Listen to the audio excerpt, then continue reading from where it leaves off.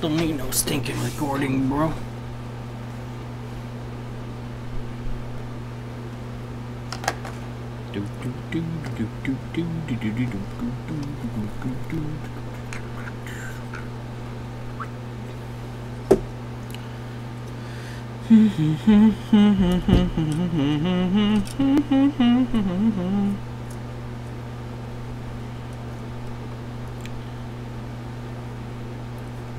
Who's gonna be first?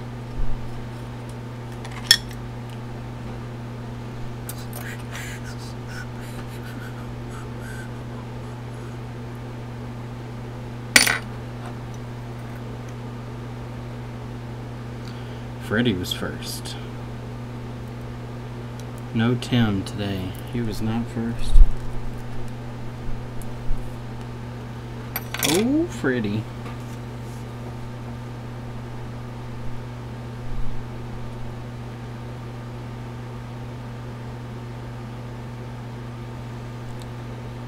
What's going on?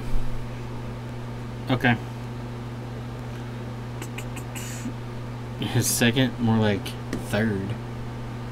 Micah. What's up, Yassine? Ooh, this one's got a cracked coil. Ooh, piece of candy. Alright, so we're going to start off this stream with an easy touch IC. Easy peasy. We're going to start this one off with Micah's mother. Easy. Chris's mom. Really easy.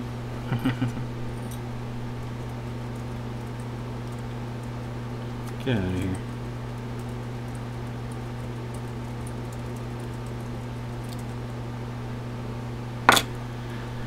Boom, boom, boom, boom, boom, boom, boom, boom, boom, boom, boom, boom. Howdy, howdy, howdy. How's everybody doing today? Micah said he's doing wonderful. I said nothing of the sort. He said he loves everything about today. He's a beautiful butterfly.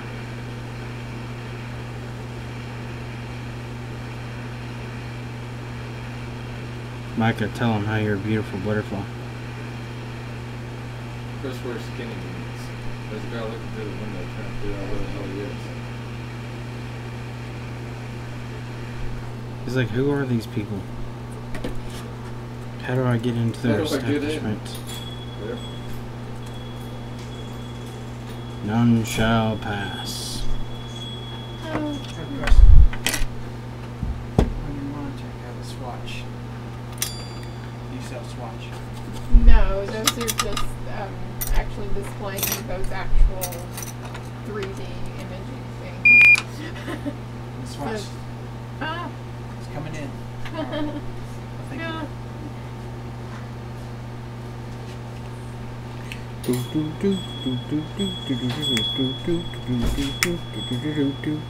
False advertisement. What did he say? What is Swatch. Do we sell Swatch? Swatch. We have to test What's going on, Mark? How's Miss Kenna? Miss Kenna is sleeping. Dead. floating. Don't say Sleeping. she's dead. She could She's be. stretching. You don't know. She Poker. can't die dead. She's alive. Okay. She's super alive. She's looking at you, Micah. Like, fuck you, Micah. That's what she just said. What's up, UK? Yeah. Hey, Paul. That's what she just Did I ever tell you about our dogs eating the bunny? No. said. No. Oh, they ate the bunny. Everything but its head. Why'd they leave the head? Huh? That's where all the good brains are. I don't know. So you know that. Your dogs are They dumb. couldn't They don't wait want for the smart. lunch. I mean, not lunch, but supper. And they found a bunny and ate it. Tracy has a feral cat that's been killing all the bunnies in her yard. All the bunnies. Luna was being a bitch today trying to get in the neighbor's yard. Paul, I talked to Paul Daniels the other night, and I'm pretty sure he's gonna get the camera. I mean, I'm pretty sure he said is, too. he said he hopes he just gives back enough to the community. I told him he's doing fine. I said he can give back to us when he's a millionaire.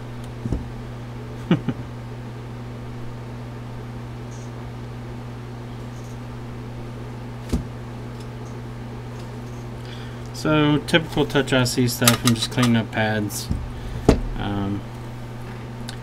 If you're new to the stream and you have questions, feel free to ask.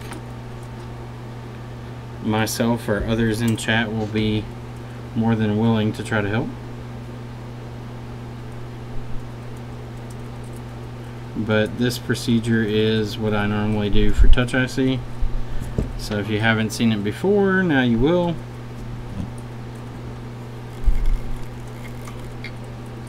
Pretty standard stuff, nothing crazy.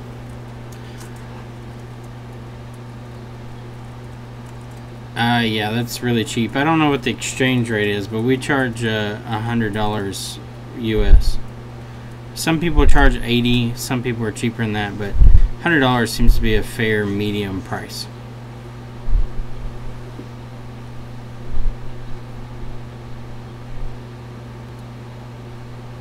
Yeah, Yassine, I don't know what causes that. Like that iPad mini that I had, like it gave me an invalid serial and I tried so many different chips, it's ridiculous. I ended up giving up on it. It just got really frustrating.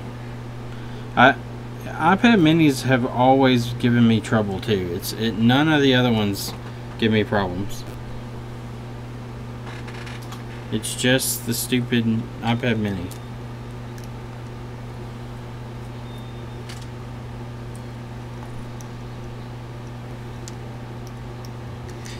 The crazy thing is I even put the original serial number back on and it told me invalid serial number.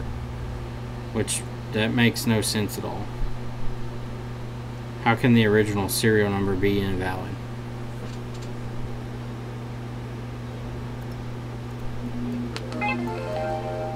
Alright, so I'm going to scrape the via here for the M1 pad jumper. Water damage, no signs of damage on the phone. Starting, show logo right away goes black, and then backlight on iTunes seeing diffused. Any ideas need to start? Sergio, if you're wanting data, it sounds like that's a software failure.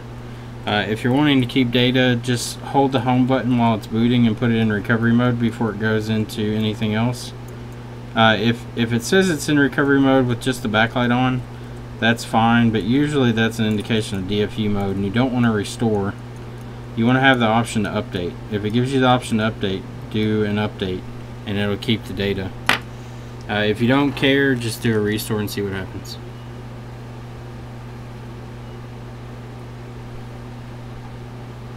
A connection between CPU and NAND broken?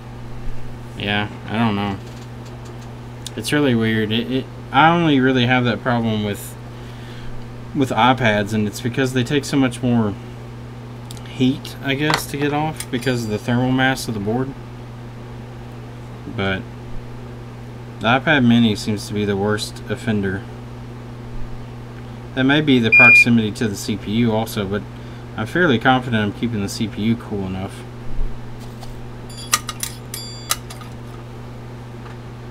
Someone shoot you? No, I'm good. What's going on, Greg? If I put a price up to 80, I'm afraid to lose the trade from all the shops I repair for. Well, Ian, here's something you have to look at. Who around you is offering the service and what are they charging? And then the other question is it worth the hassle? Are you afraid they'll leave because you're increasing the price?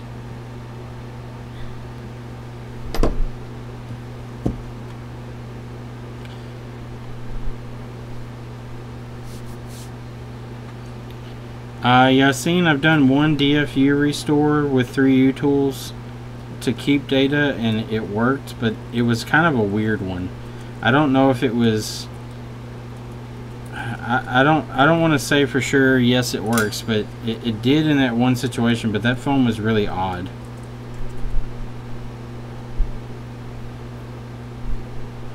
Like it wasn't like any other typical one that I've seen where it's in DFU mode and it just restores out of it. Like it acted really weird. I can't remember exactly what it was doing now because it's been a little while, but I know we restored it with the option to retain user data out of DFU and it did retain the data.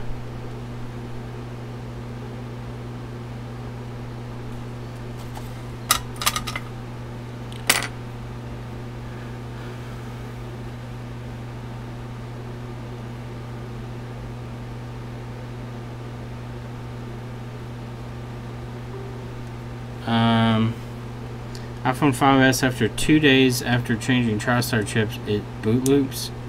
Is the battery good? Why did you change TriStar in the first place? If restore fails, do you think data will be lost? Depends on how far into the restore it gets. If it fails restore right away, no, it won't delete the data. I've done that before. If it fails like right at the beginning when it's trying to load up the NAND. Now if it gets into the restore, it's probably gone. What's up, D&M?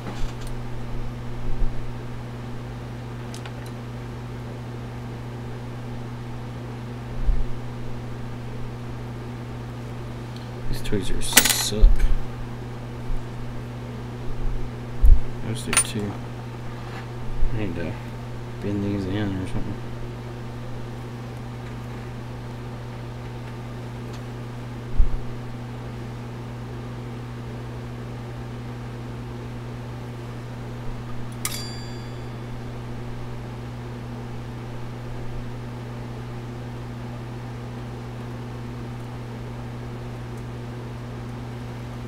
So no heat on the board with 4.6 amps input. Where are you inputting your voltage to? Are you directly connected to VCC main?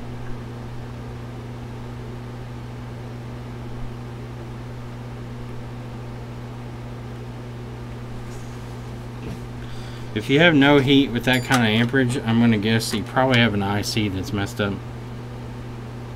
I've also seen some caps very close, like larger caps that are close to ICs. Somehow they can shut off the heating.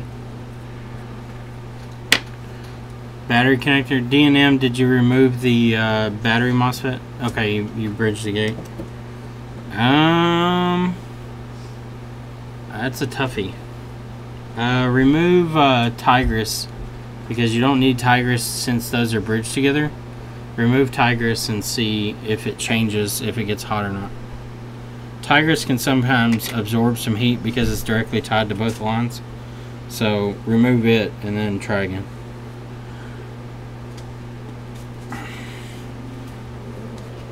I know, Ken. I'm gonna have a chat with shops and explain the situation. Can't be charging them prices without having a new setup to pay off. They can't either accept it or bring it to the other guy. He cooks the shit out of the boards. Well, that's the thing, Ian. Like, you can be the cheapest, but is it worth your time and headache if somebody else is not doing them or offering a service? I mean, the way I priced it is I looked at what Apple charges for it.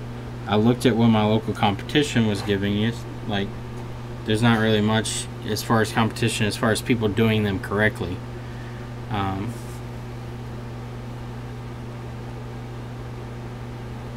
What's up, James? But as far as like the services offered, like, you gotta kind of put yourself in the mid-ground. So in the US they do the Touch IC replacement at Apple. It's $150, but it's an hour away, and they have to make an appointment, and then they exchange out their phone. They don't get to keep their data if the touch isn't working. So I priced myself for a customer walk-in at $125. They don't have to waste $30 in gas. They don't have to waste 2 to 3 hours of their day. And we offer an option where they get to keep their data and they don't have to go anywhere. They don't have to wait more than a day. Like, usually that stuff we can do in 3 hours. So it doesn't take that long, but we ask for 3 hours just to make sure, because sometimes things don't go right. You have to replace chips a couple times. So we always ask for 3 hours of time to fix them. Usually we have them done in 30 minutes or so.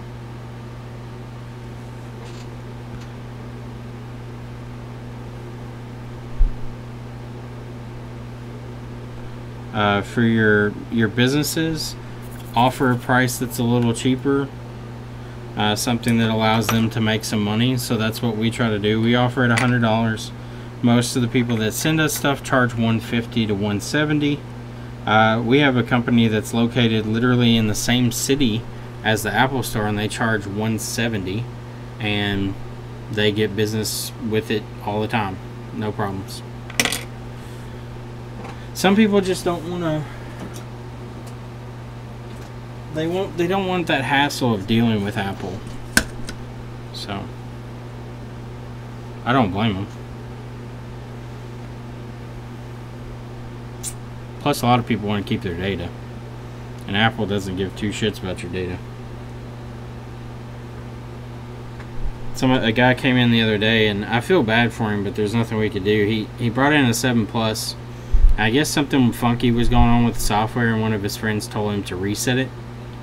And he assumed that since he was signed into iCloud, that it was backing up. Well, it was signed into iCloud, but the problem was he didn't have anything chosen to back up. I'm not sure if in his phone like something wasn't set correctly or whatever, but it only backed up like 17 contacts. When he reset his phone, all the data was gone. His iCloud backups, I checked on his account, none of them had any of his information. He was like, well, can I go to Apple? And I was like, Apple's going to tell you it's your fault you didn't back up your stuff. So he's like, well, that's kind of dumb because I had iCloud on. I was like, I agree. I'm not sure why it only backed up 17 contacts and nothing else, but it did not.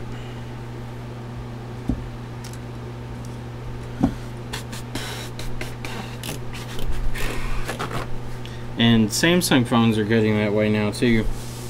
All the new Android stuff is coming with encrypted data now. It's gonna suck. Like if you wanted any path to your data, it's great for security, but it absolutely sucks for the user, especially because they have no option. It's just, here's your phone, everything's encrypted, live with it. You don't have a choice to turn off the encryption anymore. It used to be on the older Android systems, I believe, you had to actually tell it you wanted it to encrypt your data. Now with the new Android operating system, it automatically encrypts your data. So data recovery is going to become, unless it's broken, it's going to become much more difficult.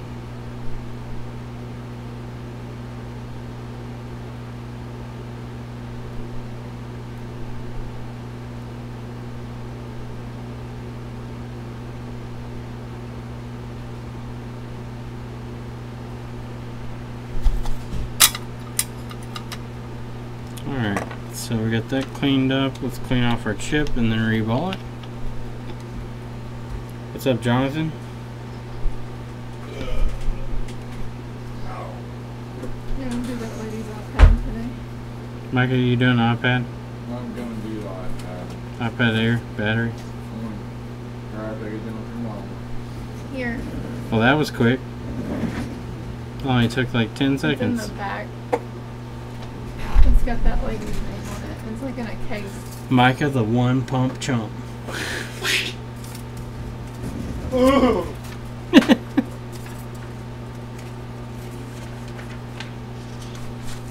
think some people don't realize third-party places such as Chris and Jess's will get their data off the phone if they can. Some people believe that Apple can't do it. Yeah, exactly, Greg. We've had people come in that are like, well, Apple said there was no option. I'm like, okay, well, Apple also doesn't give a shit. They're not trying to get your data off. They just want you to buy a phone. I was like, we can get it off for you, more than likely. And then they're fully impressed when you can.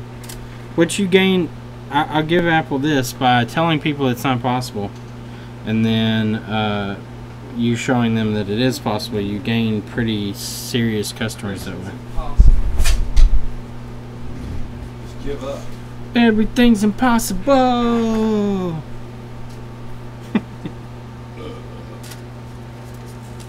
Air 9? Oh boy. Depends on the phone, Jonathan. What phone and what's getting Air 9. And then we can kind of go from there. How am I drying the solder paste? I put my solder paste in a separate container that I want to dry out. I've got a little bit here. I put my hot air on about 200 degrees Celsius and keep it far enough away from the paste that it's just melting the flux but not the actual solder in it. And then stir it with a spatula or something. I've got a small little spatula here. Just like you're cooking meth. And pretty much cook it like meth, like Micah said. Micah's the expert on meth cooking. And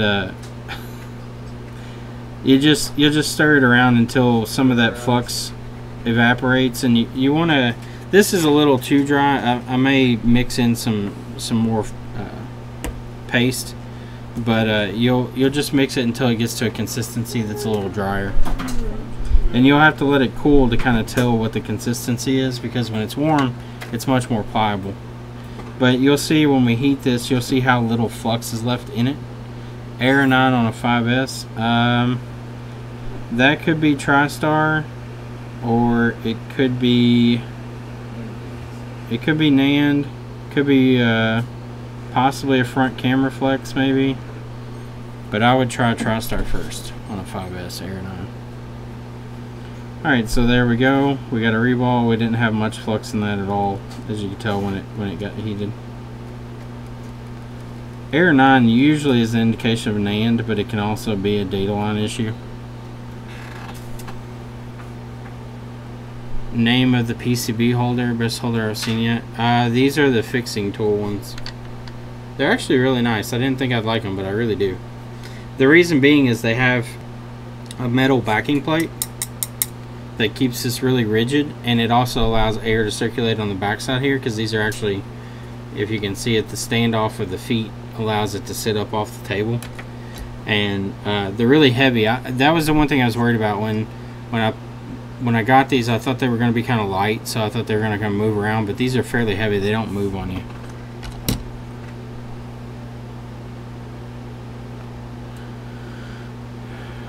iPad Mini 3, the screen goes off when booting. Cheapest does it do any solution?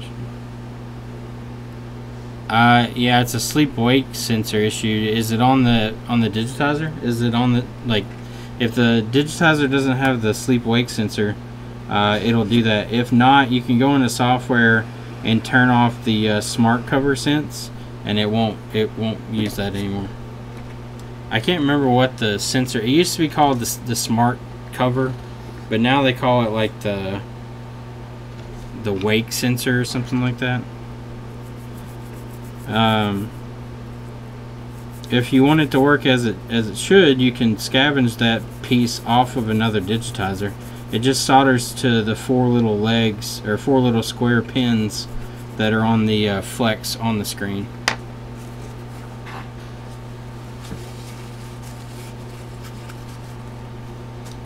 The old screen that was on it, you can desolder and move it over if you want to. We've done that a few times on cheaper screens. Alright, so let's put our Touch IC back on.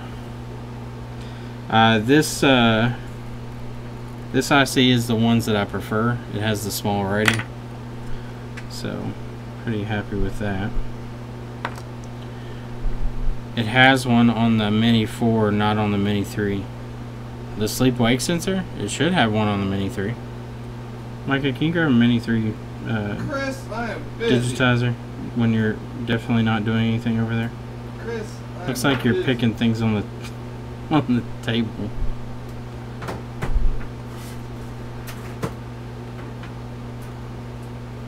Will this iPad overheat?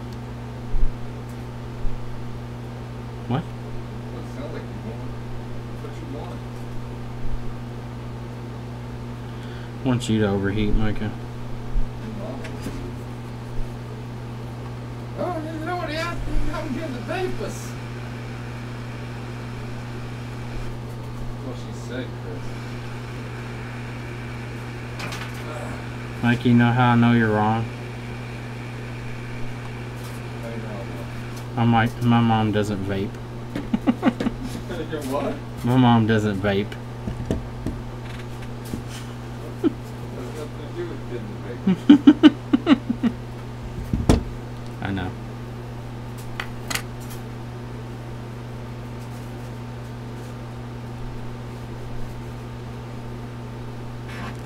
It does the same without the digitizer? Yeah, if the sensor's not there, it's gonna do the same. iPad Mini 2 backlight pin, it depends. If you're talking about when it's boosted, it should be between like 10 and 12 volts, I think. If it's not working at all, it'll be VCC main voltage, which will be around 3 to 4 volt range. If it's got a bad filter, you'll probably have 0 volts depending on where you measure. Because if the filter's blown, you won't have any voltage throughput.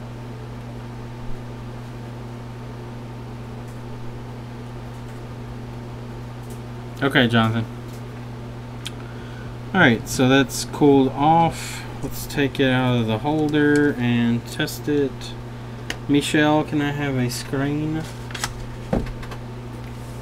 Don't get glass in your finger. Did you get glass in your finger? No, it just started bleeding again. God damn it, Micah.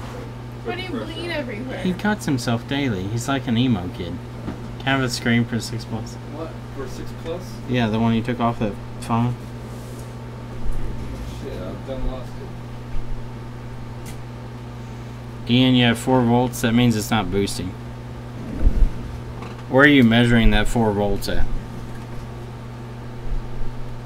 Are you measuring before or after the backlight filter?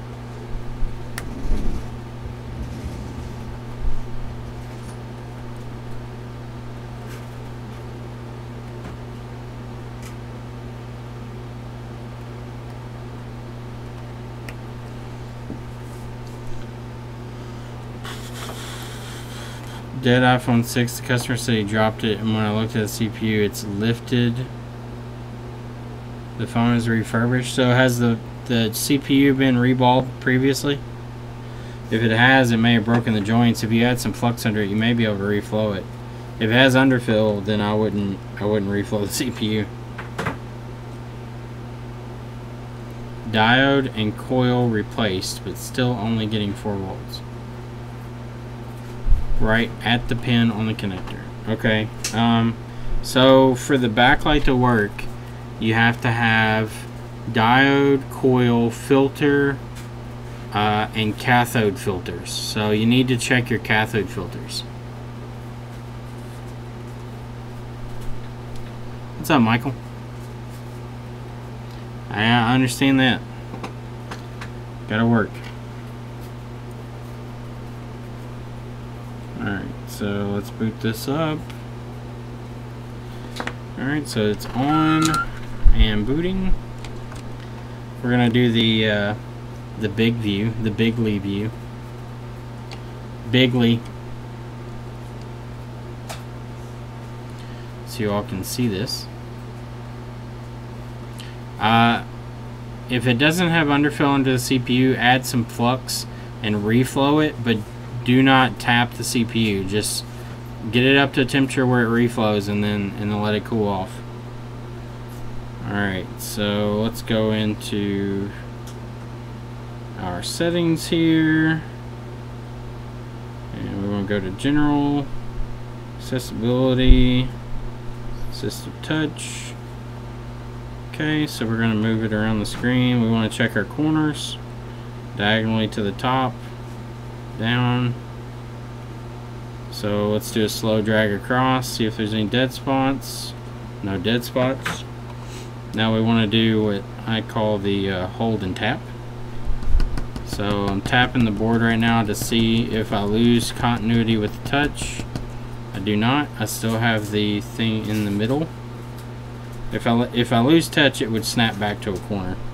So I just do that to make sure that we have touch all the way across the screen and that we're not losing it. So that touch is good. I'll be back. Have to finish working on fume extractor. Okay. Rehot or reball. I've never done any work on an iPhone CPU. Just reflow it. Don't reball it. Just put some flux under it and reflow it. Or in the terms that everybody uses, rehot, which makes no sense, but rehot. Reflow that CPU. Alright, so that 6 Plus is done. We'll move on. We have a iPhone 6s from about a week ago that we found that we had a short in the PMIC. So I have ordered the PMIC and it's finally arrived. So we're going to put this back on. We're going to hopefully attempt to put this back on without frying the CPU. So to do so, I'm going to remove the leaded paste, or lead-free paste, which is most likely on this IC, and I'm going to reball it with leaded because I want a reflow time that's shorter than what the CPU would need. Rehot CPU, bro. Yeah, Tim's build his own fuel extractor. Alright, so let's mount this one up in the holder. What's he up, Pierre?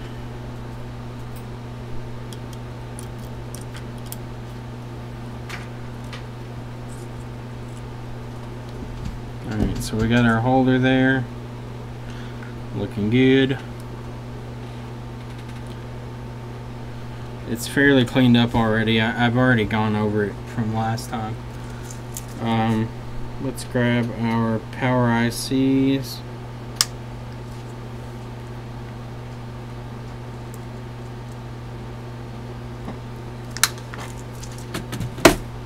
We'll look and see if these haven't been reballed already. That is a possibility. They may be reballed. I don't know. Might be okay there. Those don't look like factory. They got a little bit of that shiny leadness to them. Lead free usually doesn't have any type of shine to it. It's really dull looking. And if we get past the oxidation layers there, we can see that those are kind of shiny. So, and they don't look 100% even. Some of these right here look a little larger than the one next door. So I would guess that these are probably reballed, which is fine, no big deal. I may actually take a little precaution to help this CPU out. I don't know if this coin will fit in there or not. Doesn't look like it will.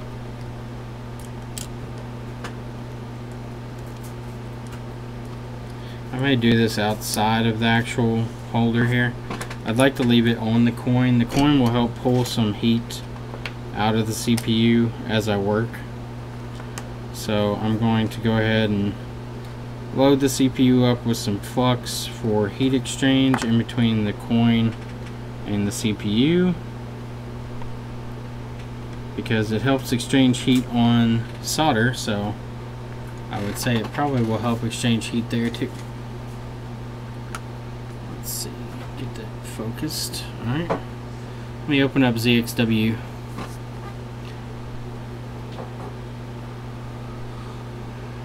Error 26, that means you have filled up the memory with errors and there's no way to recover data. The only option is to restore through DFU mode. Error 26 and 27 mean that the NAND storage has been filled up from battery errors. Most likely the battery on that phone is bad also. That's usually what happens with those. If you're looking for data, there's really no path to data.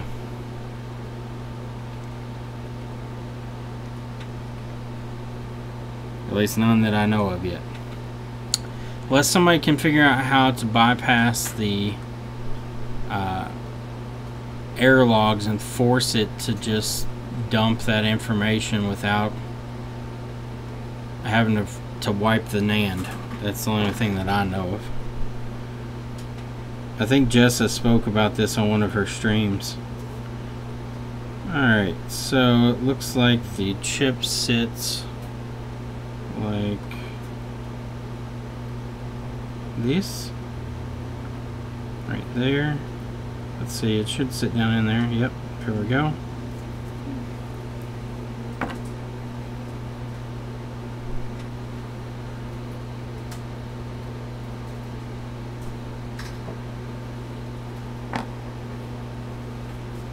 Yeah, you could try the 3U tools, keep data, and see.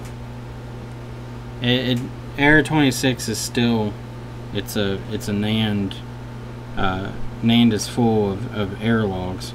But like Yassine said, try using 3U tools with a DFU recovery mode, but use the retain user data option and see if it works. Otherwise, I don't know of any way to get data. Alright, so let's go in here and we're going to heat this up and hopefully not fry this thing. So I'm going to try to line this as close as I can get it, so when it melts it doesn't have very far to travel.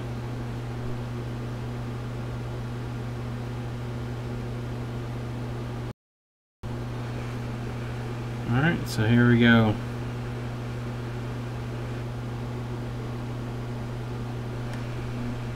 Moment of truth.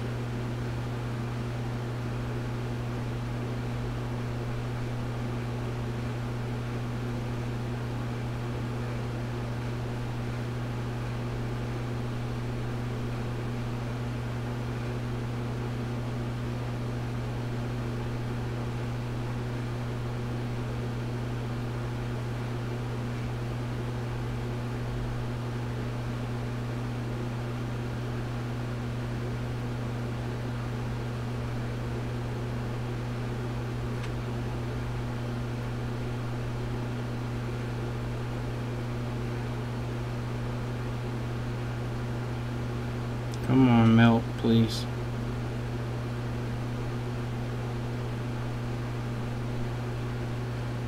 Still hasn't melted.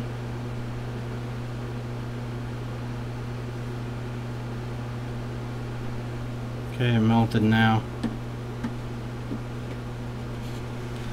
Took an awfully long time to melt. Let's get the heat off the CPU. I don't see any solder balls though, so we might be okay. Let's get that CPU cooled down. Or I'm gonna just let it soak in its own heat. Answer that. Fancy. So we're just using some acetone to cool the CPU off. I'm not sure if we have any inside. Do we have any 6 plus phones or so? We don't have any right now. Do you have any 6s? I'd have to check. We might have one. I think it's an AT&T phone. I think he said we have one AT&T phone. iPhone 6, regular 6. How much? $225. $225.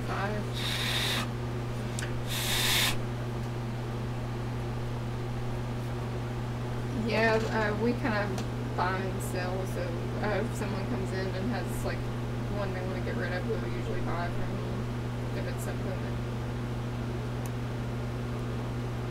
that I don't think we don't have any 6S plus, do we? Just that 6. Yeah. We just have that one 6 right now. Yeah. Does Bike Force sell used phones? Bike Force over on Russellville Road does.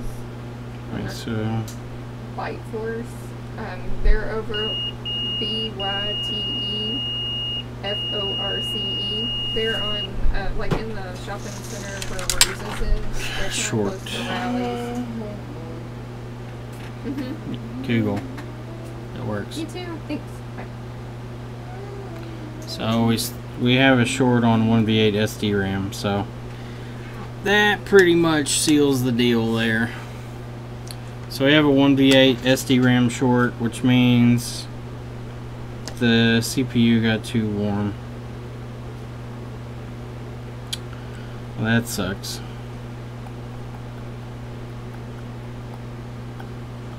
That sucks.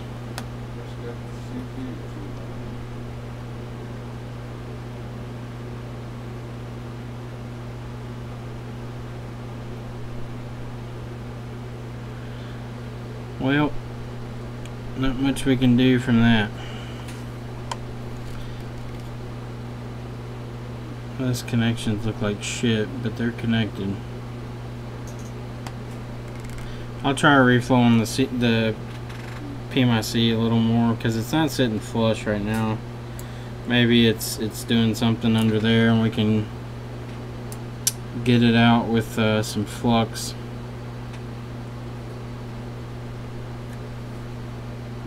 Took a lot of heat. This PMIC is so large.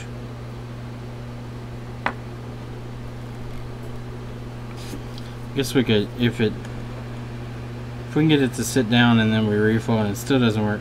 What's up, Paul Daniels?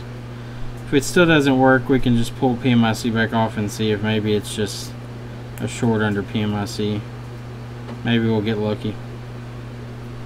So I'm going to shift this off to the side. I need to be really over top of this IC.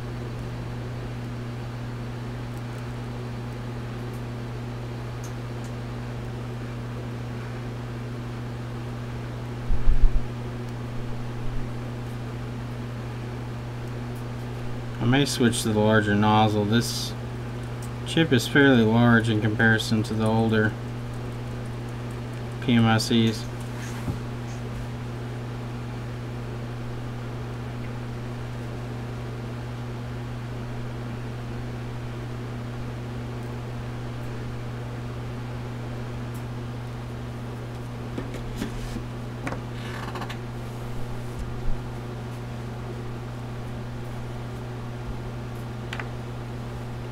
Yassine, I normally don't. Paul, probably bad balls is what it probably is, but I'm gonna hope that maybe we get lucky and this is just an issue with PMIC. But I don't think SDRAM normally fails internally that often. It can, but I don't think that that's the case most of the time. I think it just gets shorts under it. The A9 chip is extremely thin as far as the SDRAM goes, and it's very heat sensitive. If you ever try to take one of these off, you kind of have to step your stages of heat up. If you do it like you do the other ones, it'll actually bubble and delaminate. So on the SDRAM on the A9, you actually kind of have to ramp your heat up as you go.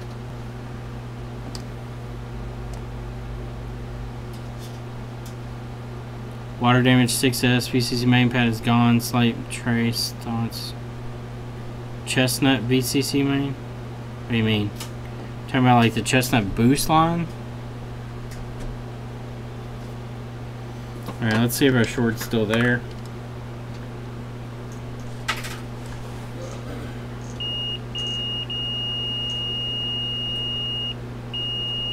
Okay, so short is still there, so I'm going to take the PMIC back off.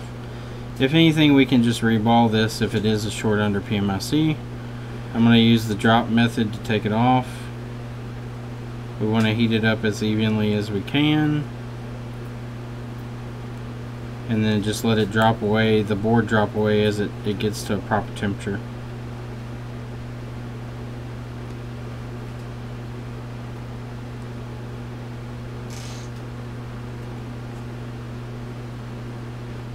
Okay, there we go. I don't see any bridges there. That looks pretty good. But we'll test anyway. I'm fairly certain that we screwed the pooch. I screwed it in the pooch.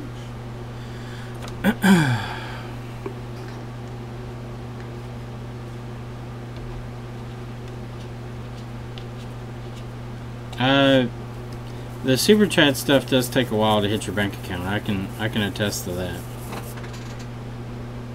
So any donation made through super chat does take a little while to actually get to the end user. All right, let's see. Yeah, so SDRAM is shorted. That short was not there before. Actually, based on looking at this, I can tell since we removed that cap, that's probably the short we were chasing, because I removed a lot of stuff that was on that line, I believe. But yeah, it looks like the SDRAM line is now short, which means the old A9 chip here is probably foobar, or it's got some foobarness going on underneath it. Well, let's see.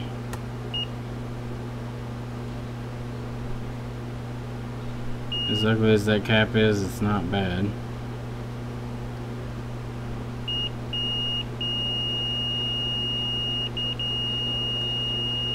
That's CPU.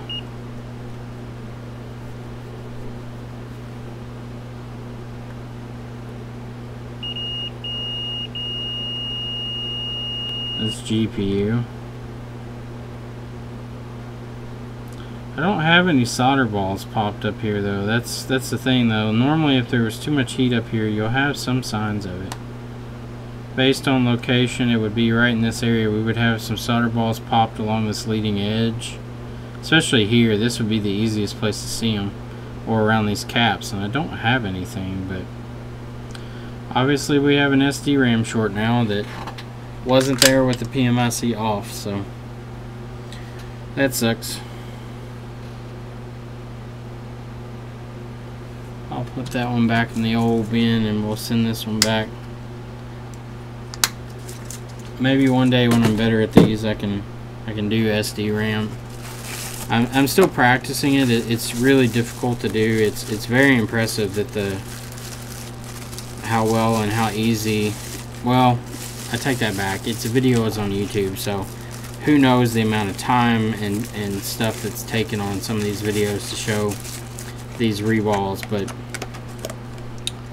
PIDC removal. Cut out. Yeah, that's what I'm saying. You don't know how much is cut out. And from what I can gather, it's definitely not 100% procedure, not even a supposed 30% recoverable procedure either. So I don't feel too terrible, but I would like to learn how to do them. I've gotten a CPU back on, and I've gotten it to boot into DFU mode. So that means I've gotten a CPU working, but I had bad SD RAM on it, and I kind of got frustrated and gave up on it. So, oh, I'm not saying they can't do it. I'm just saying I think it's a little harder than it may be made out to be. I think if you have an access to new SD RAM chips, which is the way to go, getting the CPU off is not terribly hard, especially if you can take the SD RAM off and get it back on fairly easily. Honestly, I think that's the hardest part of it. Touch pair without microscopes? Yeah, that's possible. It's just easier with the scope. Were they running the jumper without the scope? Because if they are, that's got to be terrible in their eyes. Alright, so next up, I'm going to go grab a S6 tester board that we have and see if I can remove the data chip and read it. So, be right back.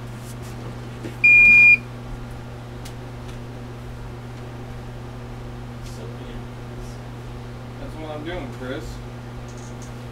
Then soak in there.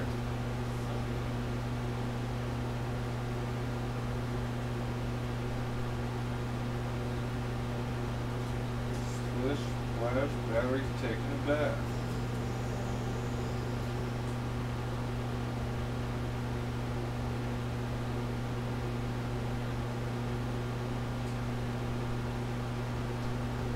Just sit for a little bit.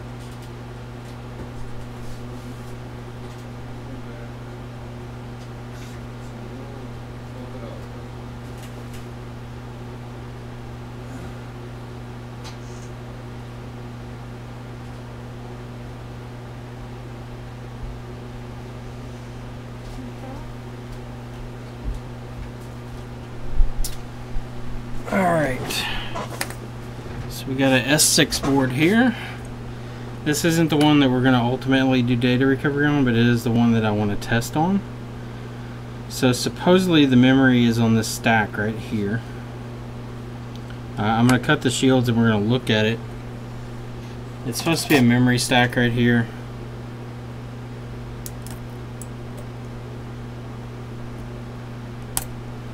By the SIM tray. Okay, let's see. Yep. So see the balling there, it's stacked on top of that chip. So we're wanting this top chip here. This looks like it should be fairly easy. It doesn't look like there's much underfill under it. There is a word that you need to be a little gentle with it as far as your heat. So we're gonna drop down to about 320. and I'm going to go with a larger nozzle. This is a lower airflow too. Normally I work on a 45 to 50 airflow speed. We're going to be working at 35, which is a little lower. Alright, and then I'm going to probably mount this in a jig to give us some stability for getting this off. And we do have the stencil to reball this, so once we get it off we can reball it and put it in our reader and see if the reader sees it. Alright, so let's get that in focus for you all. I'm going to turn it this way actually, it'll be easier for me to get to. And I'm going to do a little heating here just to preheat this area just a little bit and see if we can flow some flux into this.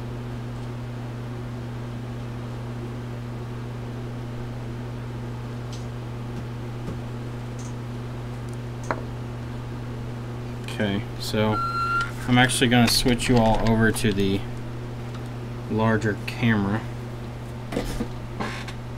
so you all can see what I'm doing.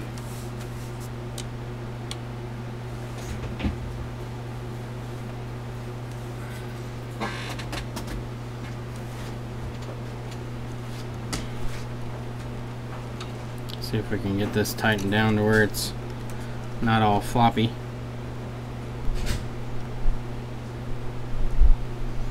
Okay, so we're going to heat this up. We're going to use our shim tool to take it off.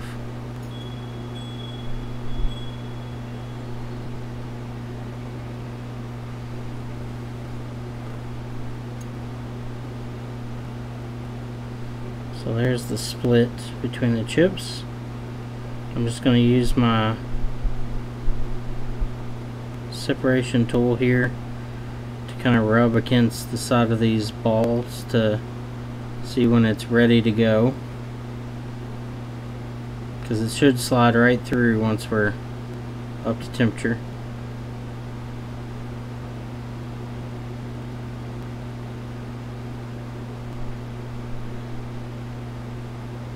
Now from what I can tell, the solder balls are mostly on the outside edges, so I'm going to focus on those areas more so than other places.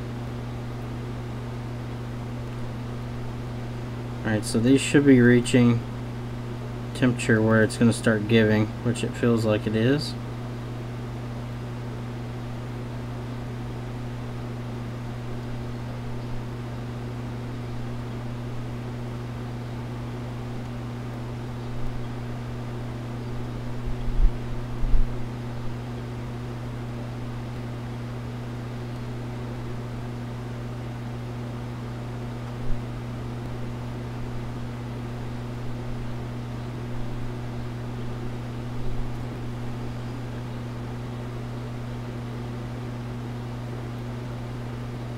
Usually the way this works is once we get it all up near that melting temperature, it's all going to just go quickly.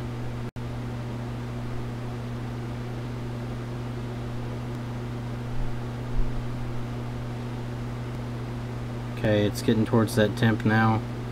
I can feel the blade starting to push into the solder now. It does have some underfill, I can smell it. The underfill on these is usually a nasty, like, plastic smell. So I'm going to go a little slower now. There we go. So that memory chip is off. Hopefully with no lifted pads. Yep, looks okay. So there you can see it does have a little underfill on the balling, but that there is the memory chip. I'll switch you all back over, but that's the memory chip there. It's fairly cool to the touch already, so whatever heat was in it is already dissipated. Let's switch you back over so you all can see the microscope view.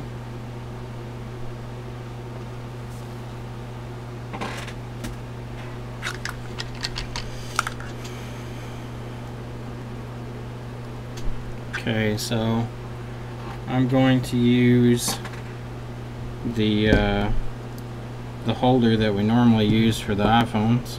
It has some cutouts in it for holding different chips for the iPhone, but they work for anything pretty much.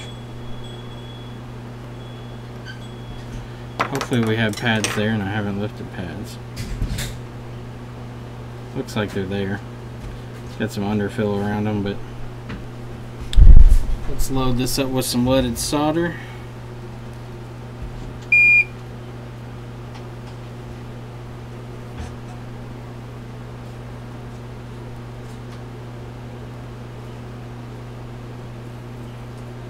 Underfill seems pretty soft.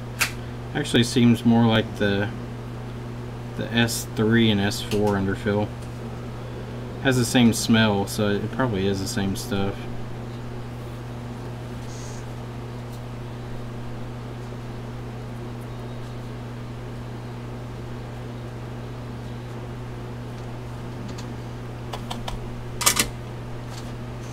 Let's see here. I'm gonna zoom in a little bit so we can kind of tell what's going on here.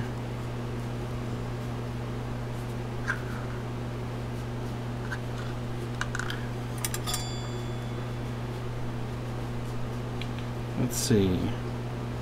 Start touching up some pads here.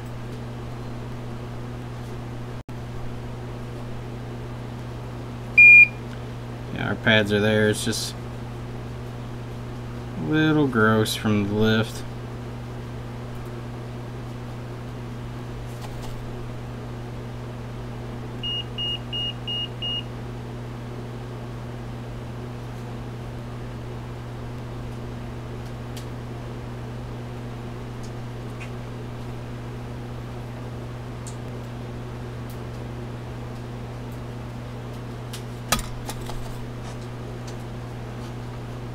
The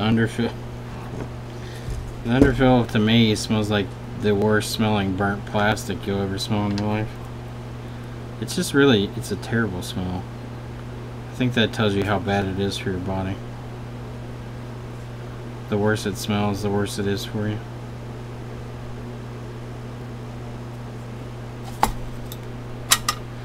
Let's add a little flux to help with this. There is flux in the solder I use, but it's not the greatest. And the flux, that AMTECH flux, helps a lot. What are you doing? Oh, taking that battery out? Taking your mom out. Put more stuff on her, dude. I'll put more stuff in your mom. Okay. We all like to believe we can be Superman. Doesn't mean it's gonna come true. Oh God, too much, too much. Hot water burn the baby.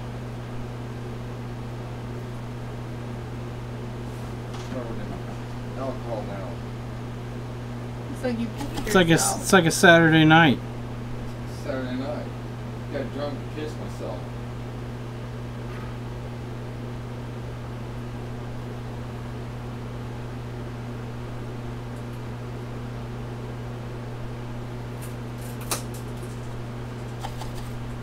It's probably not very visually pleasing for you all. It looks exactly the same to me too. I can just barely make out the pads through the flux because the flux starts to brown a little bit from just the constant adding of. I'm adding the flux inside the actual solder is, I believe, a rosin core, so it kind of, when it burns, it turns brown.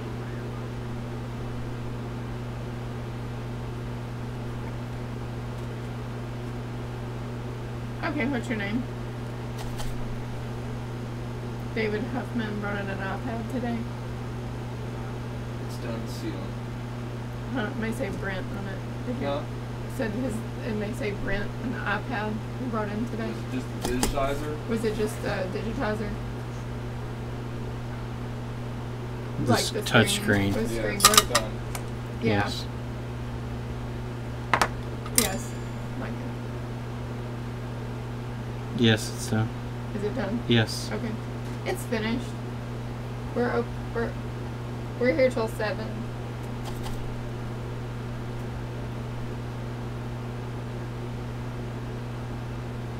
Okay. Alright, we'll be here. Okay, thanks. Bye. Is it in the computer? No. I need to put it in the computer again, I think.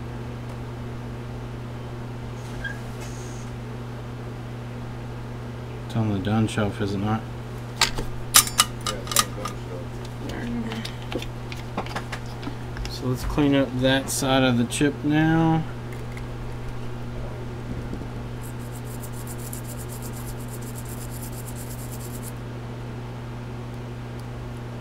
Oh, it's so much better. Oh my god. What are you doing? I didn't know there's still a long piece of glass in my thumb. I must have ripped it Why out. are you keeping glass in your thumb? I keep it there for later, so I can be. I thought maybe it'd turn me into Wolverine. It didn't work, Chris. It turns you into bitcharine. It did. I can push my thumb, it doesn't hurt.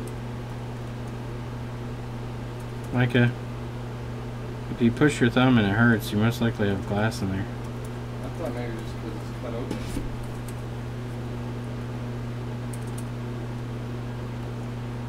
Oh, by the way, this tool works really well, by the way. The underfill removal tool, if you've seen it. It works wonders. I was skeptical, but as you can see, it Cuts right through it like butter. it does cut through it like butter. You gotta be careful with it. If you get too aggressive, though, it'll go right through that top layer like butter, too.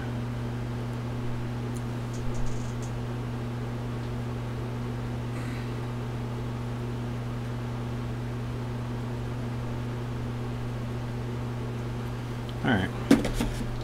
So we got that side cleaned up, got the underfill mostly removed there, so we need to go to the other side. What's up, Scoop? I liked your video that you put up. The CNC work that you did. Man, one of these eyepieces is way off. Oh, that's why. Just pulled out of the holder. I was like, why is this one so out of focus? Alright, so let's put some flux down.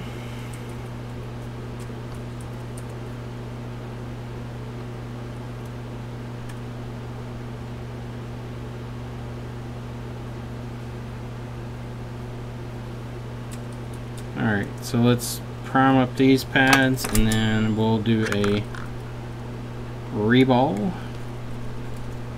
on this chip and we'll see if we can read it. If we're successful, then we know we are well on our way to doing more of these.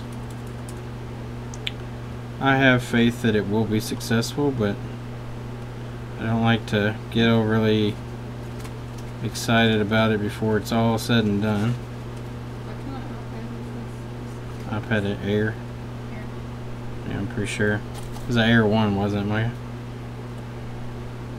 Yep, cool. Have a good one. How much is the screen? Micah's not listening. What? 70. 7. That's iPad Air 1? Yeah, it's an iPad Air 1. Okay. The screen 70 or is that a full? Total. Okay. Total is Screen. $5 million. It should be like $25. Okay. What's in here is $71.99. Oh, it's because it was as a full repair, probably. You sure it's not Air 2? No, because Air Oh. 2 is different. That's weird. It says iPad Air LCD. iPad That's Air LCD. What did you do? Screen. Well, that's something. Digitizer. It should be screen. But Digimizer. it should be iPad Air. We've done a bunch of iPad Airs. I don't know how it's not in there.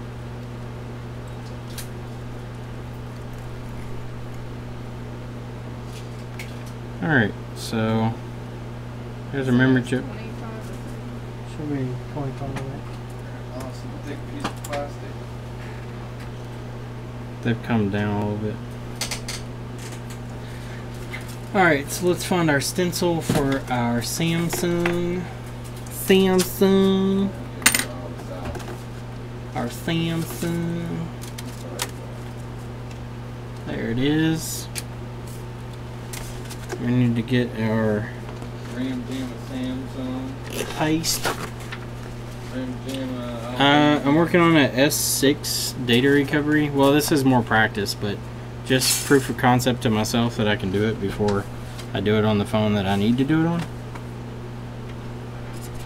I'm doing it before I'm doing it, so I know that I can do it. Practice does make perfect. That's true, Micah. Thank you for your words of wisdom. You're welcome. Okay, so Everybody gets one. everybody, you get one. That's it. So we're gonna paste it up here.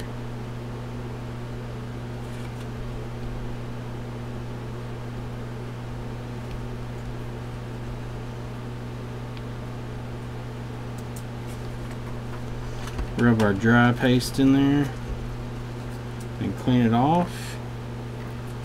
And now I'm gonna just hold it down. This is with a large tip at a low airspeed, so this should reflow at a fairly steady rate. It'll take a little while to get up to temp, but there it goes.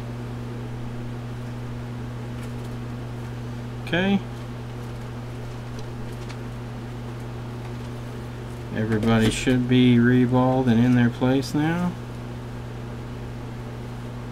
Let's go ahead and push it out of the stencil here.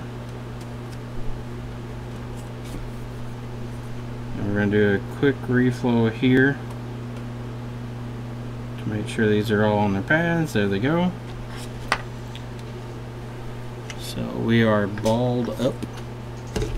We got our balls set. Put a little bit of acetone on here to clean it. Alright, so let's take a look at that there. Let's get all this grossness off of it first. Gotta make it look photogenic, right? So there's the balls on that side and the balls on that side. They look good. Now time to get our $300 adapter that we paid for our $900 machine. So this little guy right here, this piece right here is $300. Because why not? Okay, so I see how it sits in there. It goes like this. It's a very good piece for keeping tension, but it's a pain in the dick to put the chip in. Actually, I think I got it in the wrong way. Yeah, I do. Needs to go like so. Okay, it's down in there. Now it's closed. It's a great system for holding the chip down, but a pain in the dick getting it in and out. So let's unwind our power cable here. We'll take our EMC reader off of it. Let's see. And now we need to plug this in.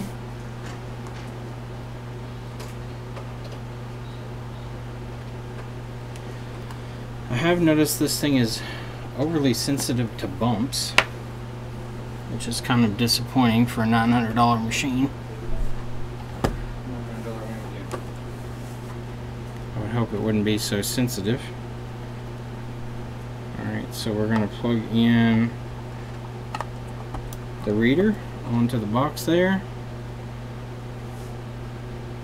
And I'm going to open up the software. I may have to do a screen capture or something. So give me a second, I might have to set this up. Let's see, schematic. Okay, that gives me a good view. So I'm going to open up the reader.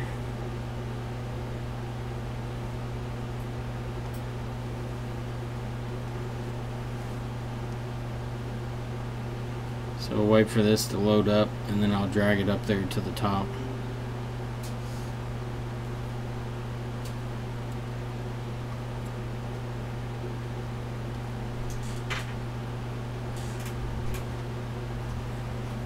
Okay, the programmer's coming on. It's reading the chip right now. Alright, so here we go.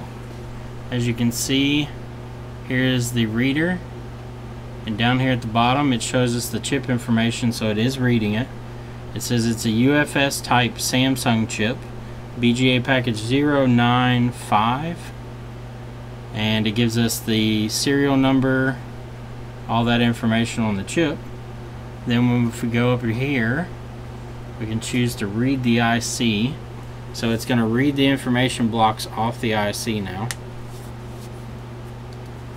And then it'll come up with a listing of everything that's on the chip, and we can choose which sections or partitions we want to keep.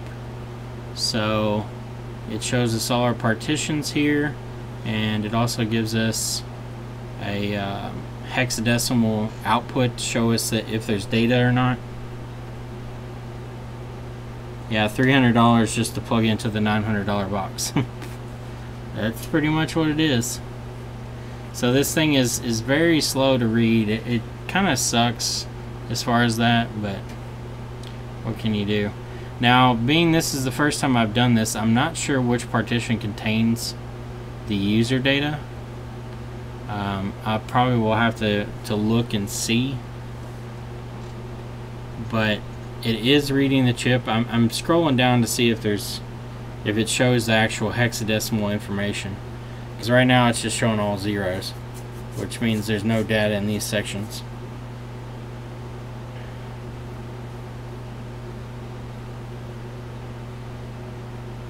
So waiting for it to load. Okay, so load on down, there's still nothing there. Let's click on down here somewhere. I'll probably have to look up and see where the partitions for these are. While it's loading, I'm going to do that on the other screen.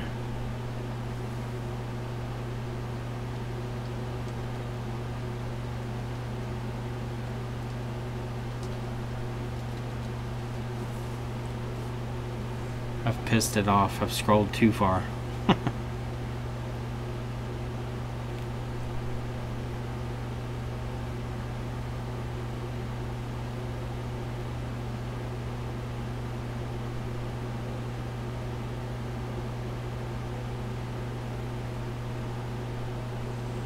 Alright, so there's nothing in that partition. Let's look in this one here.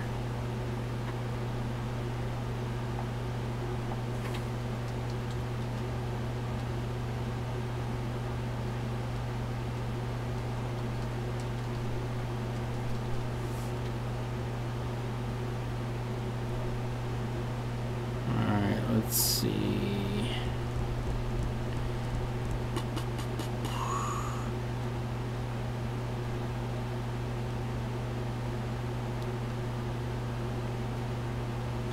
Doesn't really tell me anything on there either. Let's scroll down here a little bit and see what we got.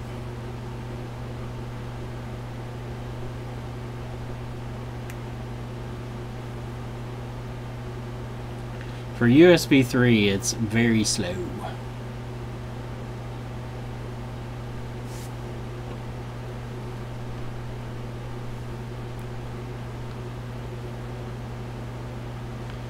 Maybe Paul Daniels can tell us the hex length here if one of these looks like it would be a user data partition area. It's going to be the largest partition most likely. I don't know how to read the hexadecimal length.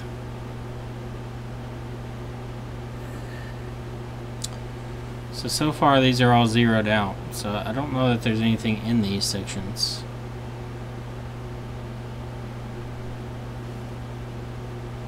From a borked fish finder, you need to find out what kind of memory chip it has on it.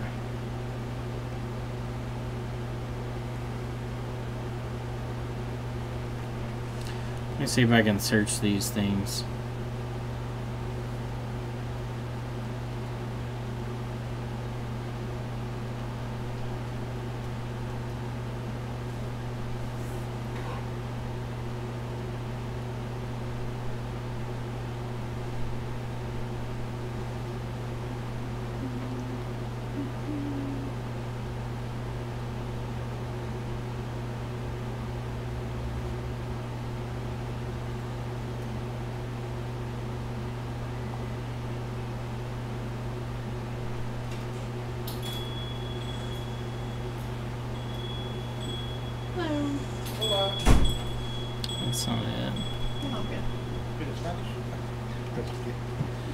drop this off for the man. All right. The man, the myth, the legend. You tell what's going on with that? What is it? The one that's locking up? Yep. I'll take a gander at it. Yeah. It only locks up after you go off the home screen? Or just any time? Oh, never mind, it's already locked up. Like I said, my express started working fine. Then the touch stopped working. And then the whole thing locked up. Like the whole thing was really power but wouldn't do nothing. Yeah. When it finally did respond, it's wrong button. Okay. I'll take a look at Okay, it. but that's probably hit the power button and stuff. Alright, brother. Alright, man. Appreciate See ya.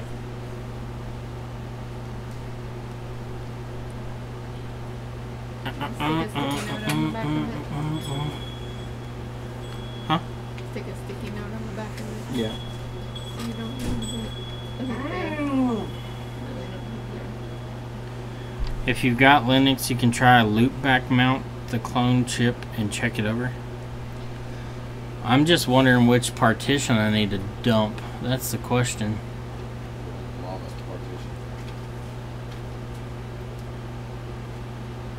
I may have to call up Richard and ask him which one he dumps normally.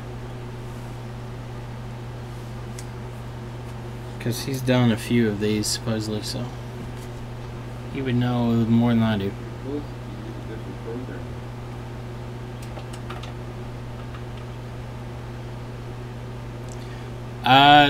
The reason not to dump everything is because it takes fucking god-awful forever. This thing literally will take... I may have to hook it up to Micah's computer because this thing will take all night to dump this. Normally, like, 2 to 3 hours. And we're about to leave. Sometimes longer. But so, the last one we did, it took around 6 to 7 hours to dump, depending on the size. Lund 2 would be the data partition. So this one here. And then once it's dumped, we can read it. We use UFS Explorer. Is it all zeros? I don't know if it is or not, to be honest. If it's all zeros, then it's empty. I know, but that wouldn't make any sense. It means it's not reading right. So let's see if we can save the memory. Alright, so we're going to delete that one.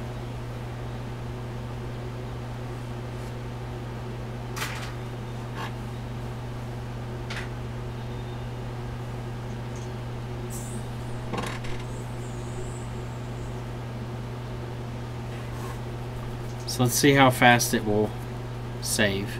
The loading bar is down here at the bottom, save partition. So we'll see how fast it goes. Last time it wasn't very quick. It already finished, so I doubt that was the data section.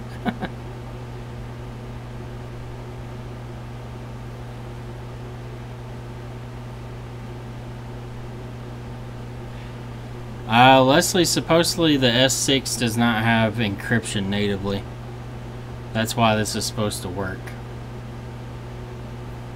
That the user hasn't chosen encryption. Yeah, if the user didn't choose to encrypt.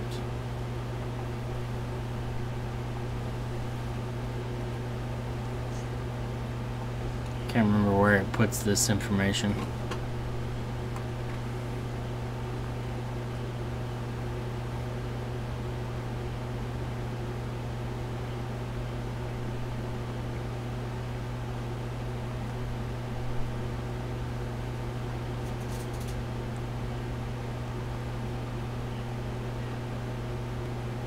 I have to go back and see.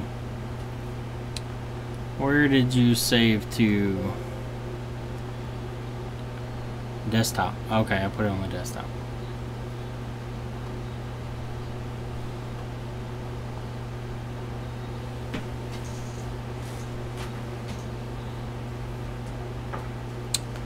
Let's download. I wonder what would work to open a bin file.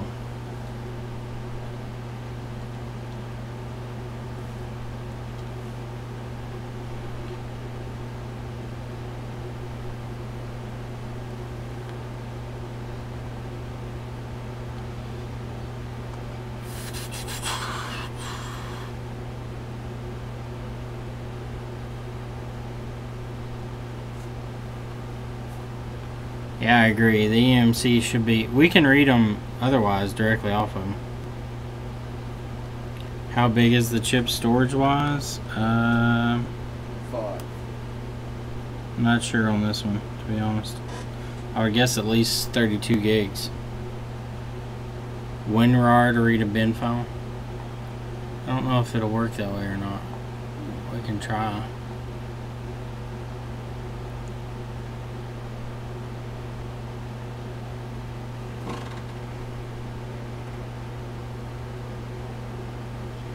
Nothing's popped up yet.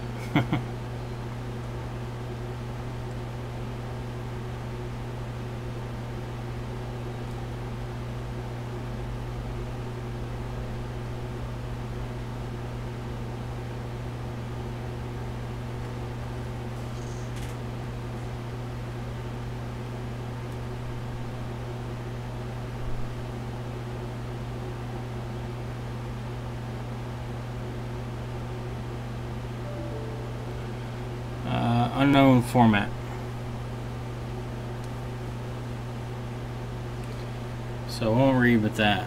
Let me trying to think what I can use to read the file.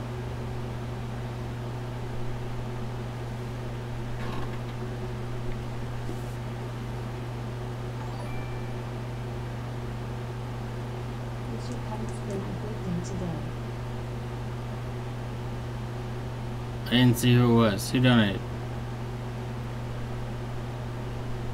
Missed it. Damn it.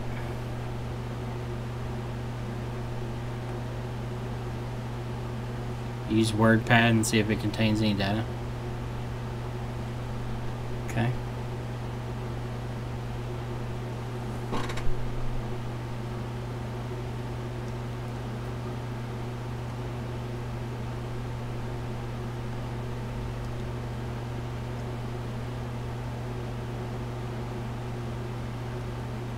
It's just blank. There's absolutely nothing in it. Alright, so let's just try different partitions and see what happens. Let's do LUN 0.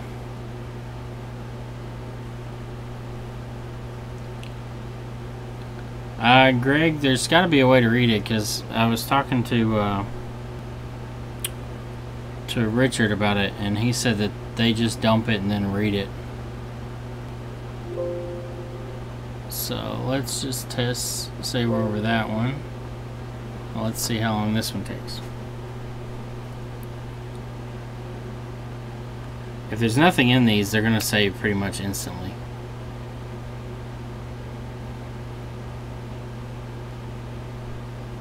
This one's taking a little while. So as you can see, it's at 0.1%, which is annoying as shit.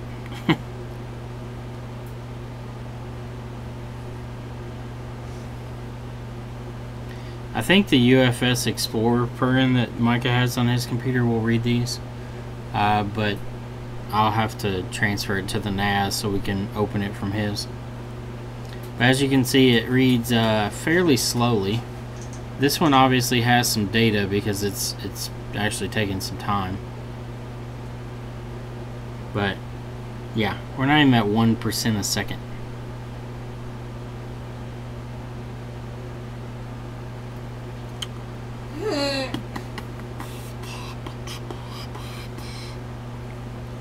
I'm kind of disappointed that this, since like we have the booster box that we use for the this is the mounting board that we use for the EMC Pro. I'm kind of surprised that this reader has no option to throughput and just read the data as it is natively on the chip. I don't know if there's some type of encryption that has to go through when it runs through the box or what, but most EMC chips we can read directly off of the EMC Pro box, but with this box, even with the EMC, you can't read it directly. You have to dump it to even be able to read it.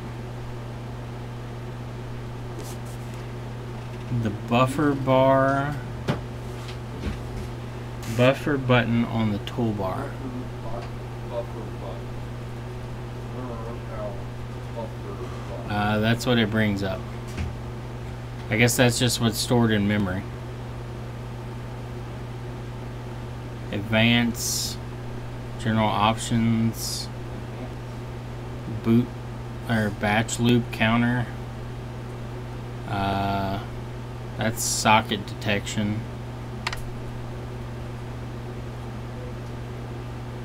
Config maybe. I kind of don't want to be dicking with it.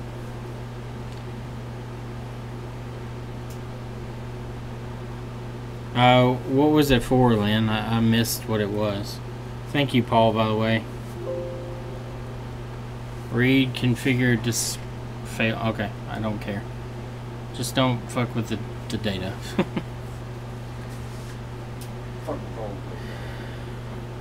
Well, Paul, I appreciate it. You don't have to. But I do really appreciate it.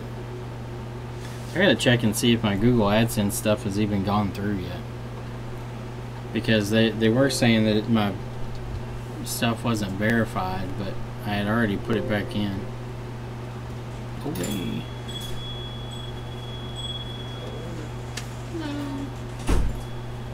I called earlier. I'm Brent. I've had. Yes, ma'am. Alright, there's that. That's 7150. Right. Yeah, Daddy. Sticks, huh?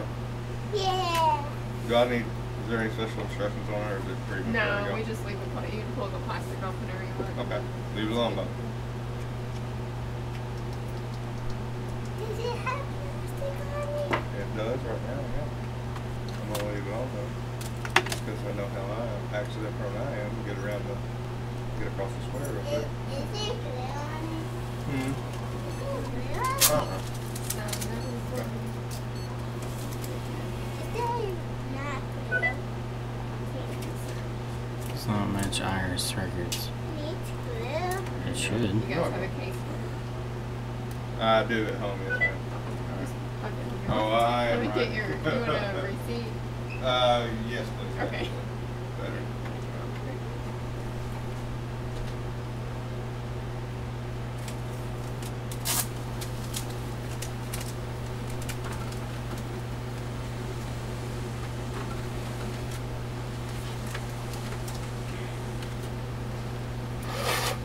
There you go. Alright. Yeah. While I'm here, how much do y'all charge for 6S Plus? 6S plus is 130. 130 Right? plus tax. Alright. I'm like $20 cheaper than everybody else in town. I love it. Awesome. I'll be back. No problem. Thank you, guys. Have a good one. Come on, then. I got it. Alright, so it's slowly reading. We're almost at 30%. Slowly but surely. Slowly but surely.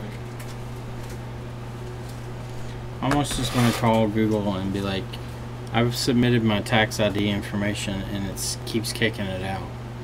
And it's getting annoying. It'll be like you're getting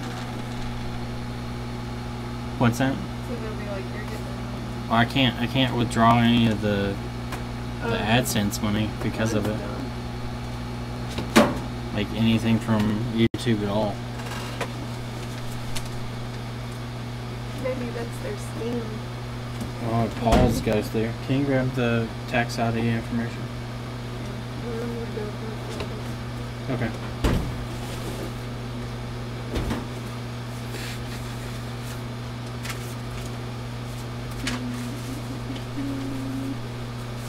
What's up, Christopher?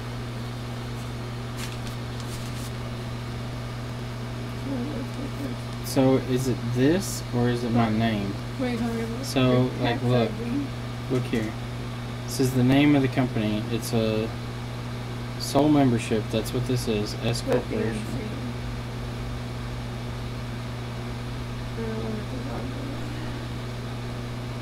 Sole proprietor, maybe? But you're no LLC. Yeah, so I don't know. All of our stuff was LLC.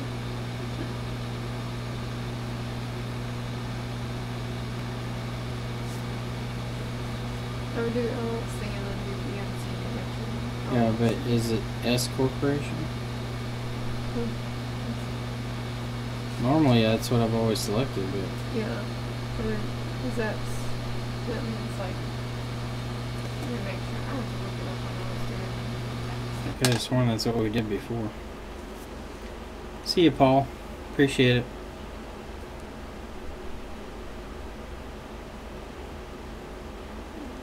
Must have been that one time you sold a fidget spinner without paying taxes. Fidget spinners are the sign of a rebellion against the government. No, UFS is not a free version. You can get it for free if you download it from a certain nautical theft company. Nautical themed theft company. Okay, so the S corporation Yeah, we may- means that the income is reported on the owner's personal tax return. Yeah, that's fine. Okay, so select that, OBS has crashed. Cool. and then Don't put give the a shit. business name and the That's what I did before. BNC connection LLC. Hold on.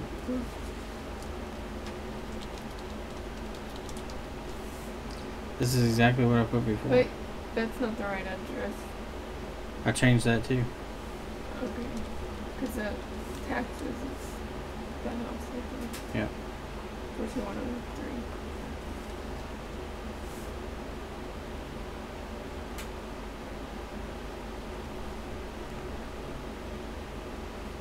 Can I see it?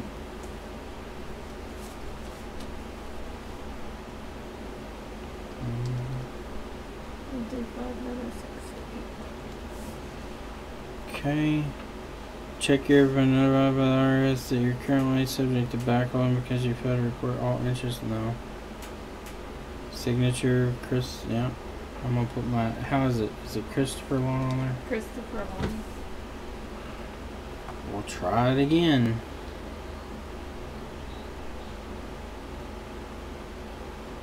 What does it say? We have to wait to see if the IRS reports it.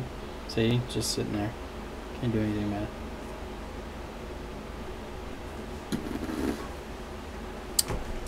Alrighty. Yar, matey. Indeed.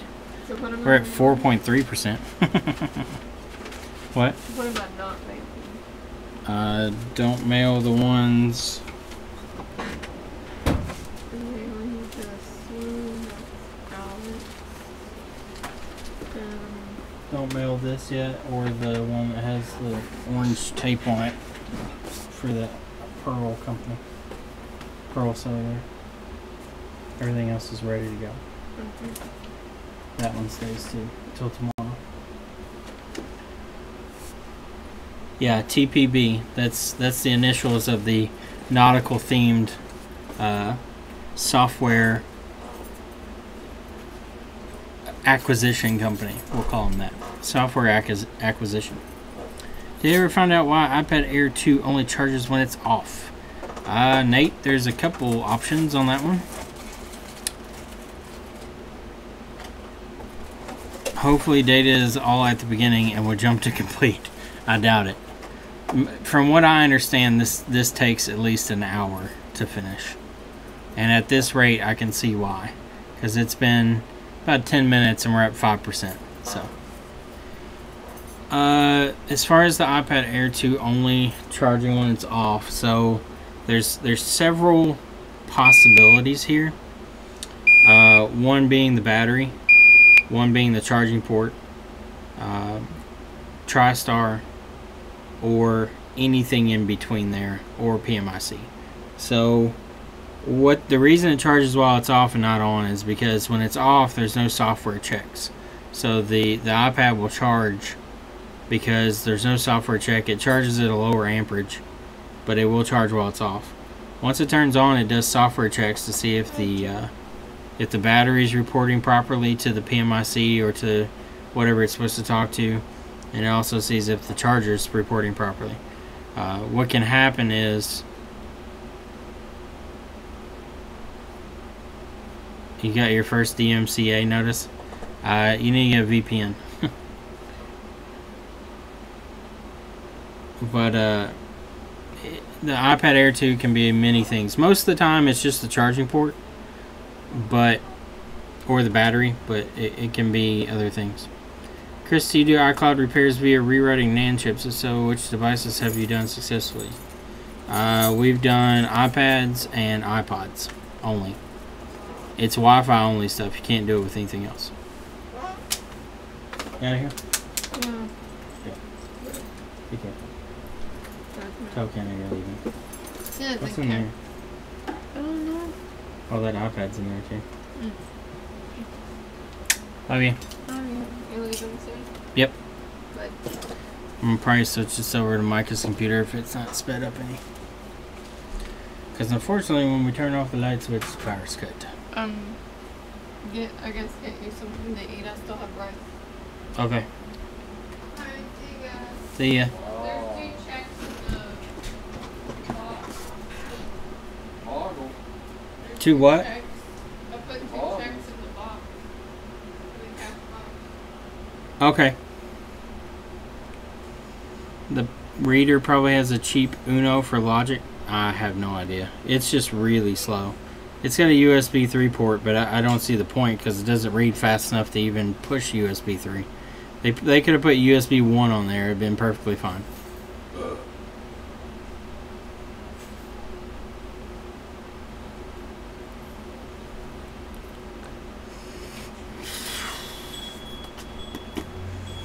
These part of the streams are the fun ones when we're just sitting here watching paint dry.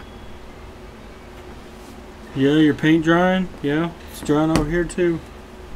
Yep, paint's drying. See if we can move this without disconnecting it. It's very sensitive to moving too, by the way. So here's an iPhone 7 Plus that seems to be running extremely sluggish. So it's running fine right now, but every now and then it locks up and stops working.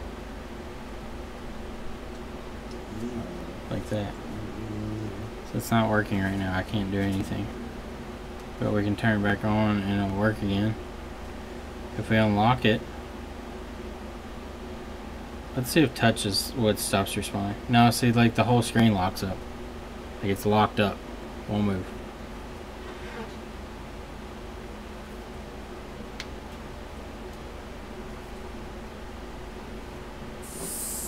I've already done a software restore on it too.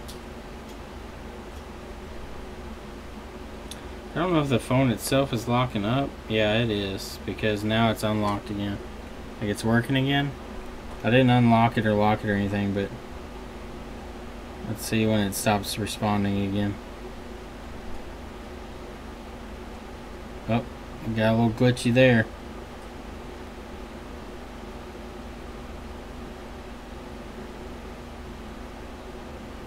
Oh, it's starting to get a little non-responsive. Let's see if we rotate. So now it's still working. We fixed it. We bent it a little bit. Let's see if it turns off here again. Yeah, so now it locked up again. I've got it rotated and it's not rotating. Now it rotated, now it's working again. Maybe the new touch disease? Well, it's not touch related though, because the touch works. Like the phone's physically freezing up, like it just stops working. Maybe RAM, maybe so, yeah. 7 Pluses and 7s are very susceptible to RAM issues. When we pull it apart, I'll try pressing on RAM when it locks up and see if it unlocks itself.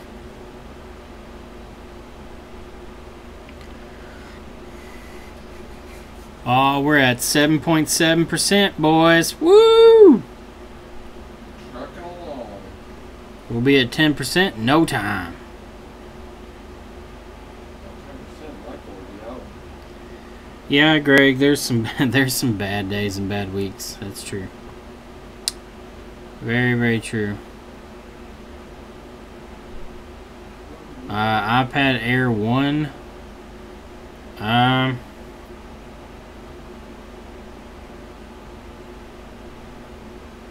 Usually for iCloud unlocks, you're looking at like 80 bucks. New freeze disease? Yeah, pretty much.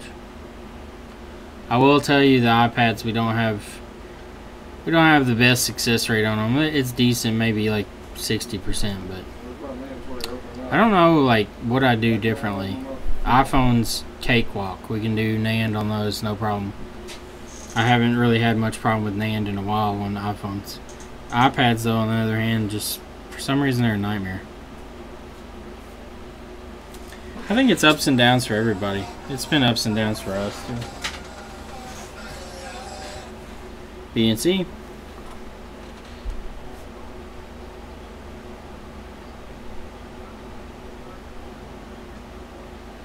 Charging port on MacBook Air? What's wrong with it?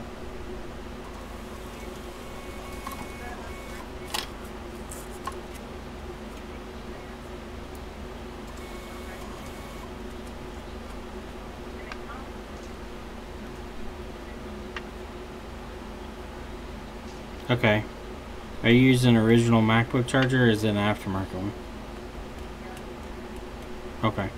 Yeah, we can. If you'd like to bring it in, we can look at it and see what exactly is damaged on it and give you a quote on it. Alright.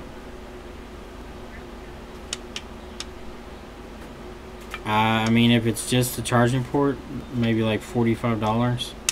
But we'd have to really know what it is because it could be something else, and we'll give you a quote on it before we fix anything. Alright. No problem. Bye.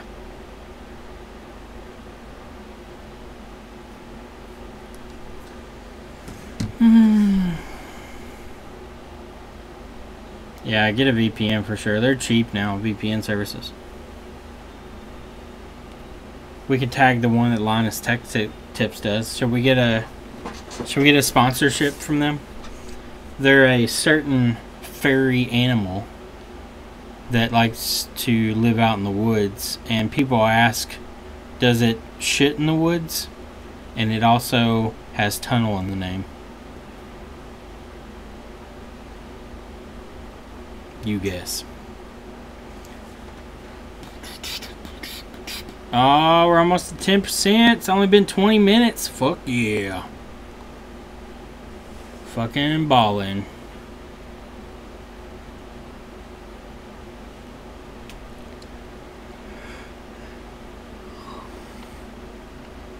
Your success rate for MacBooks is close to 90 to 95%. I would agree on mine also. MacBooks, we rarely have ones that we can't fix. Don't forget to set up the kill switch on the VPN.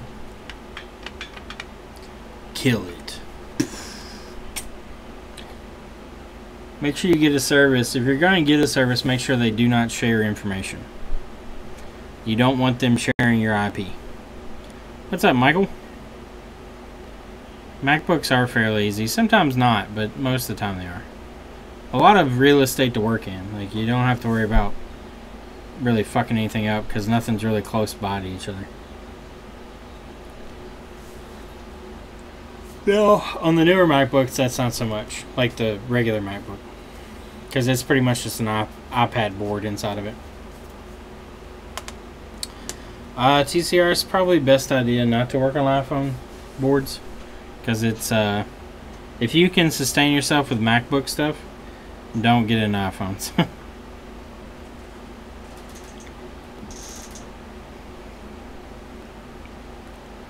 In Canada, you're immune to that. Immune to what? Immune to what?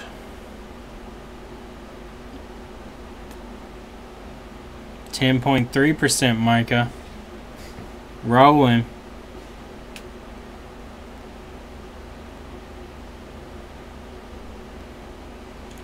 No display and no external display? I would guess there's an LCD switch issue.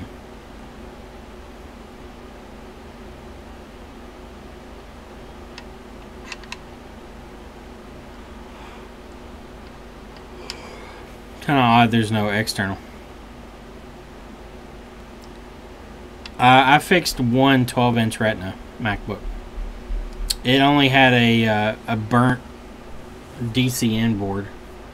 So the other one that we didn't fucking turn on. And I think based on what I've seen from Lewis is they're a pain in the dick and they fuck themselves pretty much. Immune to DCMA. well, in the U.S. we don't have all the luxuries.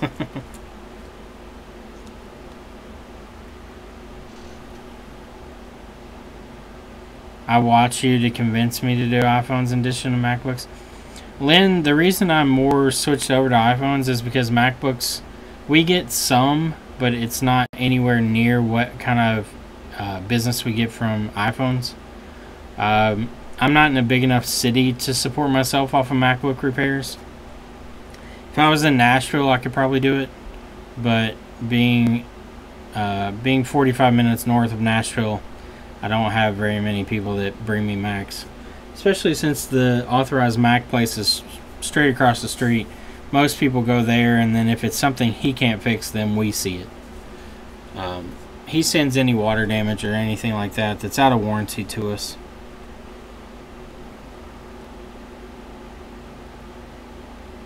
Rice-filled MacBook Retina. Chris, you received. Received what?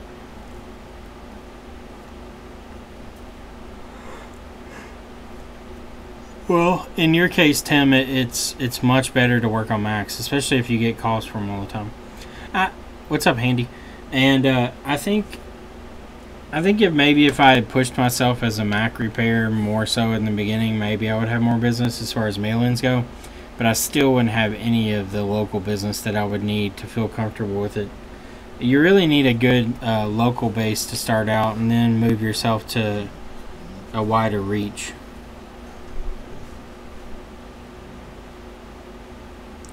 We'll see if in fact this so-called encryption key for secure enclave firmware will be proven true or not.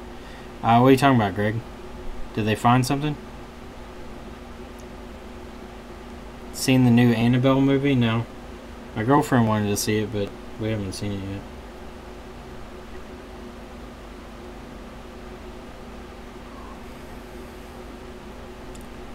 Have I done the PMIC yet? Yeah. I ended up fucking the SD RAM. I don't have any solder balls around the CPU, but SD RAM line is completely shorted now. And I took PMIC back off, and it's still shorted.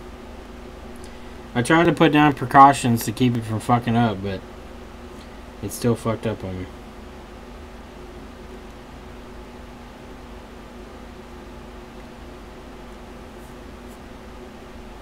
I got it off. I may have fucked it while I was taking it off. I didn't even check to see. I don't think after I pulled it. So it probably would have been best to check it after I pulled it, and then if it was short, then I would have known just to give up on it. It's an underfilled chip. It's just a pain in the dick to remove. I can't wait until I get my CNC machine in here so I can just cut them off, and I don't have to do shit with heat until I'm putting them back on. And then I can just do leaded reballs and don't have to worry about it. Apple Secure Enclave decrypted. That would be awesome. Because if it is, then we can just data dump these fucking things and go.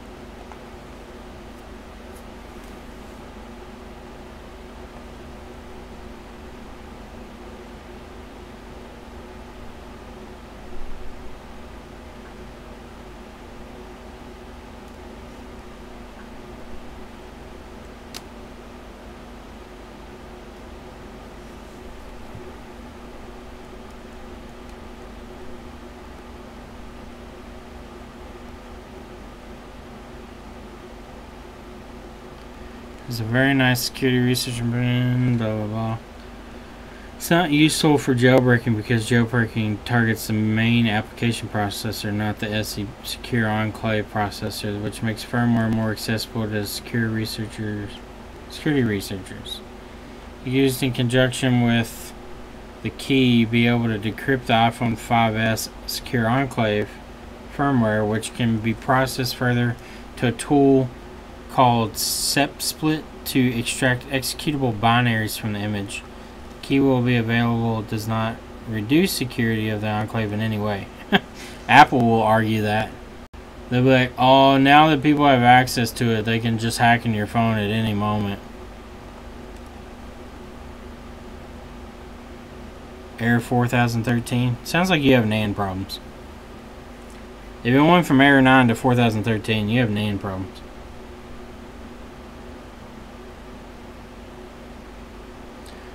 We're at 13.5%. I don't think this is going to finish in a timely manner, so I'm probably going to go ahead and cancel it, and we're going to move it over to Micah's computer so it can run while we're gone, because I'm about to leave. So we know there's data on that partition. We know it's reading, so I'm not overly concerned with that. Sucks that we can't show... I can show the completed thing tomorrow.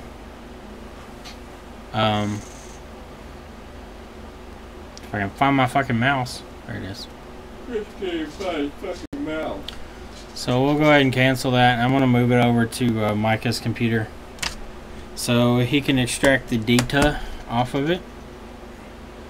Let me see if this binary file at least will show me something on it now.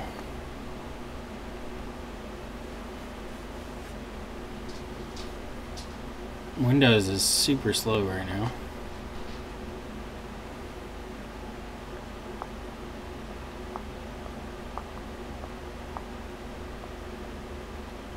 So the notepad's completely empty again.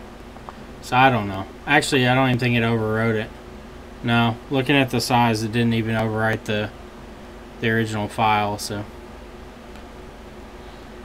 we are going to close it down.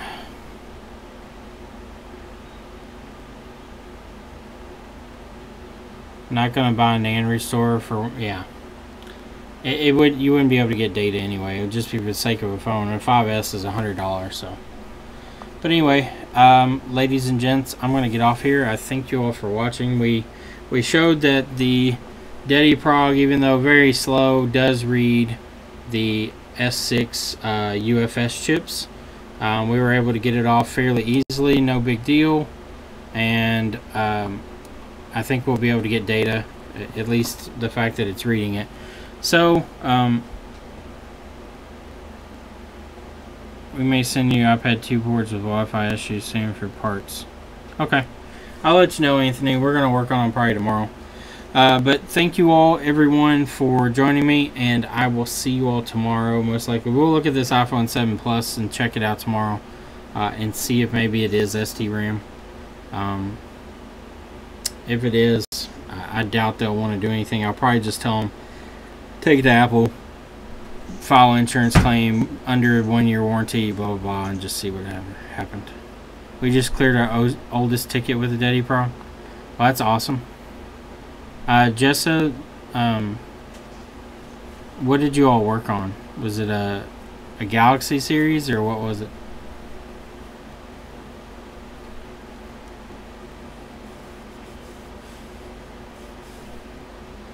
Actually, if you want, Jessa, I'll shoot you a message. But anyway, I'm going to get off here, and I will talk to you all tomorrow. Oh, S6, cool. Alright, see you all later.